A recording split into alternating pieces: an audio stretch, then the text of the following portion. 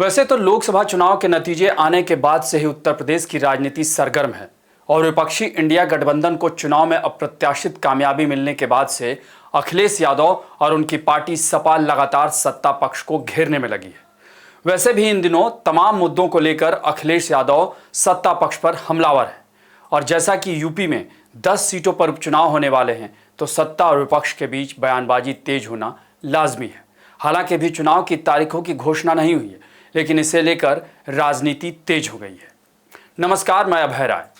Samajwadi party के मुखिया अखिलेश यादव भले ही सांसद बनकर दिल्ली में बैठ गए हों, लेकिन उनकी नजर हमेशा लखनऊ पर ही लगी रहती है। इन दिनों सीएम योगी और डिप्टी सीएम केशव प्रसाद मौर्य के बीच सियासी संघर्ष विराम के बाद अखिलेश यादव लगातार इन पर निशाना साध रहे हैं और अब उन्होंने सोशल मीडिया प्लेटफॉर्म एक्स के जरिए जिस तरह भाजपा पर वार किया है उस पर गौर करना जरूरी है। अखिलेश ने बीते 48 घंटे में एक के बाद एक कई ट्वीट कर तमाम मुद्दों को लेकर भाजपा पर बड़ा हमला बोला है। अखिलेश ने लिखा कि अब जब भाजपा के संगी साथी कह रहे हैं कि वो बूथ पर जाकर व्यवस्था संभालेंगे तो इसका मतलब साफ है कि वो लोकसभा चुनाव में हुई ऐतिहासिक पराजय को देखते हुए ये मानकर चल रहे हैं कि भाजपा का कार्यकर्ता हताश होकर बूथ छोड़कर भाग चुका है, या फिर अब भाजपा के मुखौटाधारी केवल सत्ता लोलुप संगी साथियों को भाजपा के कार्यकर्ता पर भरोसा नहीं रहा है। दरअसल चुनावी हार के बाद भाजपाई गुटों ने आपस में विश्वास खो दिया है, ऐसा अखिलेश यादव कह रहे हैं। इसका एक और पहलू यह भी है कि भाजपा का संगी साथी पक्ष से ये दिखाना चाहता है कि हार का कारण वो नहीं था, वो तो अभी भी शक्तिशाली हैं, कमजोर तो भाजपा हुई है। इन दोनों ही परिस्थितियों में यह तो साबित होता है कि भाजपाइयों ने हार स्वीकार कर ली है और अब भविष्य के लिए बेहद चिंतित हैं, लेकिन आपस में दोषारोपण करके न तो ये एक दूसरे का भरोसा जीत पाएंगे और न ही कोई आगामी चुनाव। बांटने की राजनीति करने वाले लोग खुद बंट गए हैं। भाजपा अपनी चाणक्य नीति के तहत जिन पन्ना प्रमुखों की बात करती थी, अब क्या वो इतिहास बन गए?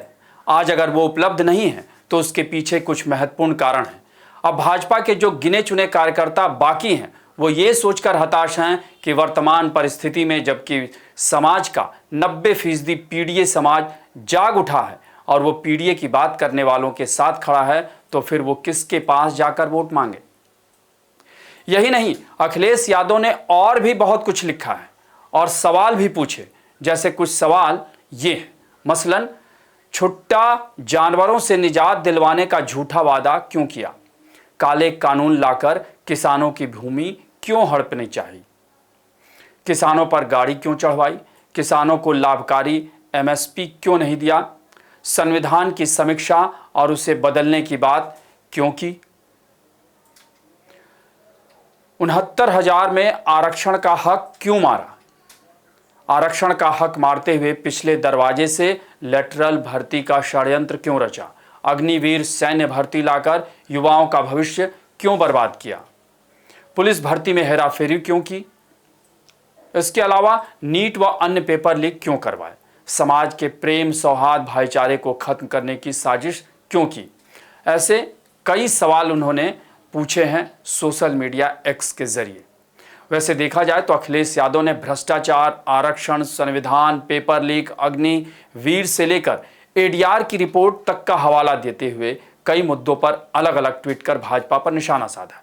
ऐसे में अखिलेश यादव की रणनीति और राजनीति को समझा जा सकता है, क्योंकि उन्होंने पीडीए यानी पिछड़ा, दलित, आदिवासी, अल्पसंख्यक से आगे बढ़ाते हुए उसे अगड़ा तक ले जाने की कोशिश की है, तो विरोधियों की नींद उड़नी लाजमी है।